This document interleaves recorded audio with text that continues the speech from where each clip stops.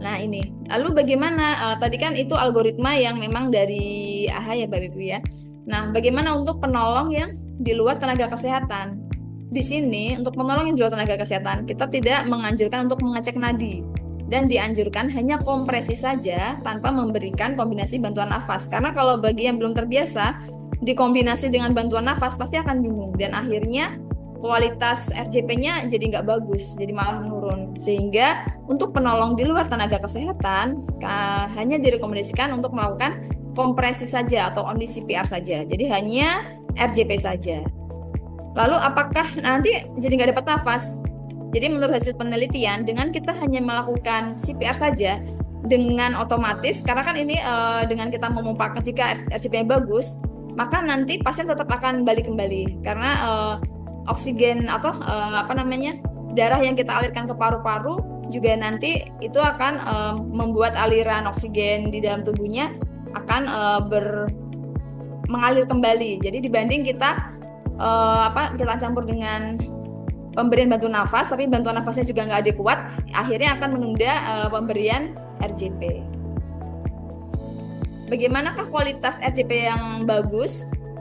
Kecepatannya 100 sampai 120 kali per menit, kemudian kedalamannya 5 cm.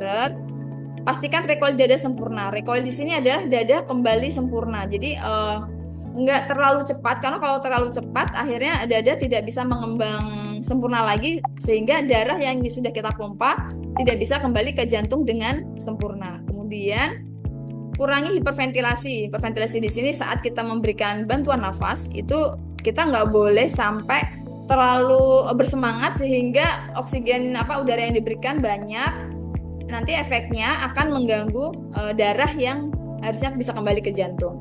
Dan minimal interupsi. Jadi kalau Bapak Ibu sedang RCP nggak boleh sambil ngobrol, sambil jadi harus fokus ke RJP-nya. Kalau misalkan Bapak Ibu mau bergantian dengan temannya misalkan, jadi harus selesaikan dulu 100 kali ini, baru kemudian berganti dengan yang lain. Jadi harus minimal interupsi, nggak boleh di tengah-tengah ini, misalkan, aduh udah capek ini, langsung ganti temannya, itu jadi nggak efektif. Jadi memang satu penolong itu harus menyelesaikan satu siklus. Jika mau berganti dengan teman yang lain, itu teman yang lain pun harus satu siklus juga. Jadi seperti itu. Nah, ini contoh hand only CPR.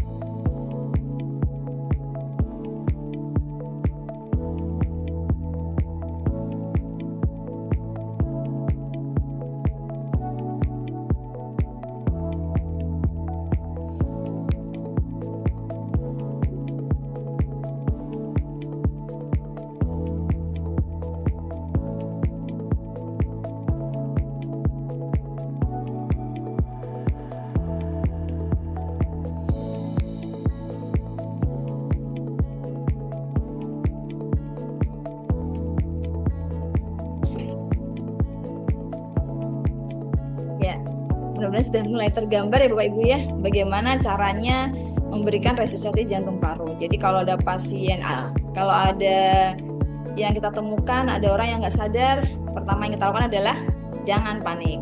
Kemudian kita lakukan 3A, aman penolong, aman pasien, dan juga aman lingkungan. Selanjutnya kita cek responnya, kita tepuk-tepuk bahunya, kemudian kita tanya Pak, Bu. Nah, kira-kira kalau nggak ada respon, udah kita anggap nggak sadar. Jadi kalau misalkan Bapak Ibu merasa ya selanjutnya, kita panggil bantuan. Harus pastikan panggil bantuan, karena jangan sampai Bapak Ibu sudah capek, ternyata kok ini saya nggak selesai ya RCP-nya gitu misalkan. Ternyata lupa belum panggil bantuan. Setelah panggil bantuan, baru kita lakukan cek nadi. Nah, kalau misalkan Bapak Ibu merasa yakin bisa cek nadi, boleh cek nadi. Selanjutnya kita ke RW.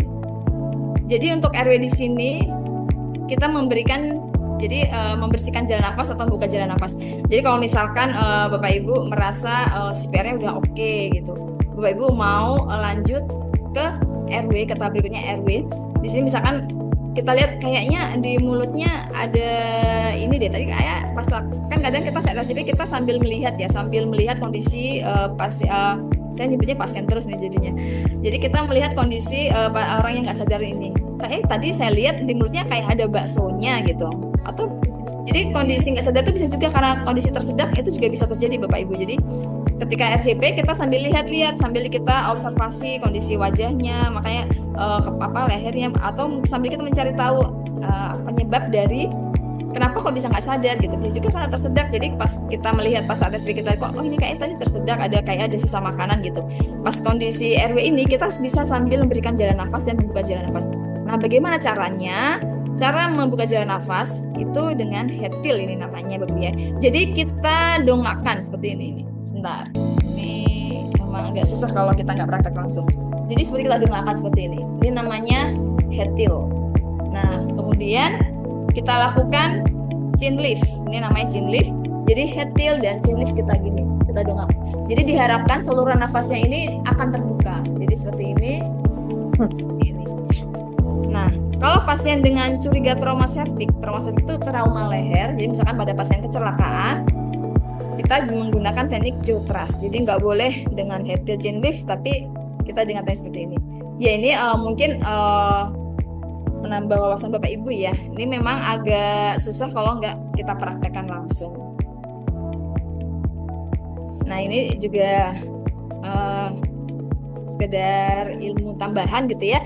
Jadi pada breathing ini kita berikan bantuan nafas 2 kali dengan volume tidal. Volume tidal itu memang volume paru kita ya, dengan teknik mouth to mouth, mouth to nose, mouth to stoma. Stoma di sini kalau mungkin Bapak Ibu pernah dengar namanya tracheostomy. Nah, itu namanya lubang stoma. Jadi ada lubang di lehernya. Jadi lehernya sudah ada lubang untuk saluran nafasnya. Itu namanya mouth to stoma.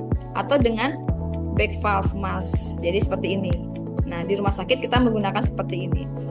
Jadi kalau misalkan Bapak Ibu merasa, oh saya mengenal nih, saya kenal dia nggak ada sakit apapun kok, jadi saya nggak masalah kalau melakukan mouth to mouth. Biasanya ke keluarga sendiri ya. Jadi kalau misalkan ke teman di kantor kayaknya mungkin ini agak kurang ini ya Bapak Ibu ya. Jadi makanya kita dari AHA sendiri itu sudah tidak merekomendasikan memberikan bantuan nafas bagi penolong awam. Jadi sehingga kita hanya fokus RJP saja. Seperti itu.